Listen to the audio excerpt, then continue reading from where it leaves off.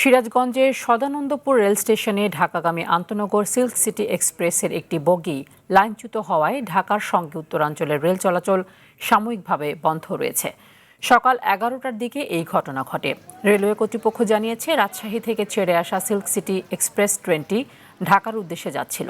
সদানন্দপুর স্টেশনে পৌঁছলে হঠাৎ ট্রেনটির 6 নং বগি লাইনচ্যুত হয়। পরে জরুরি শিকল টেনে ট্রেনটির গতি থামানো হয়। এ ঘটনায় কোনো হতাহত হয়নি।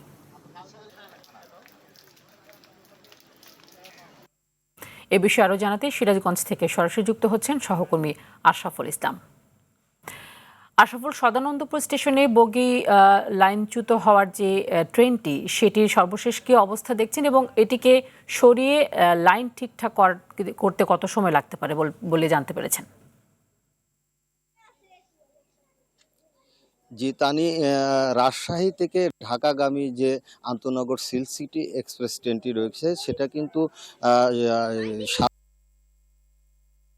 রাজশাহী থেকে ঢাকার উদ্দেশ্যে রওনা হলে সিরাজগঞ্জের সদানন্দপুর স্টেশনে এসে পৌঁছালে ট্রেনটির যে ঝবগি এই এখানে লাইনচ্যুত হয়। আর লাইনচ্যুত হওয়ার পরপরই কিন্তু উত্তরবঙ্গের সাথে যে ঢাকা যে ট্রেন চলাচল সেটা কিন্তু বন্ধ হয়ে যায়। তো আমরা এই মুহূর্তে সদানন্দপুর স্টেশনে রয়েছি।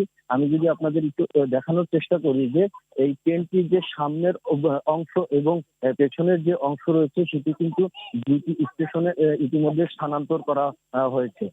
আর রেল কর্তৃপক্ষের সাথে আমরা কথা বলেছি, তারা আমাদেরকে যেটা জানিয়েছে যে পাবনা ঈশ্বরদী থেকে এই বগি দুটি উদ্ধার করার জন্য ইতিমধ্যেই যে ট্রেনটি রয়েছে সেটা কিন্তু রওনা হচ্ছে, কিছুক্ষণের মধ্যে এখানে পৌঁছে যাবে।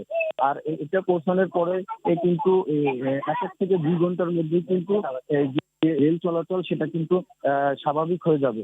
তবে এই ঘটনায় কিন্তু ধন্যবাদ আপনাকে।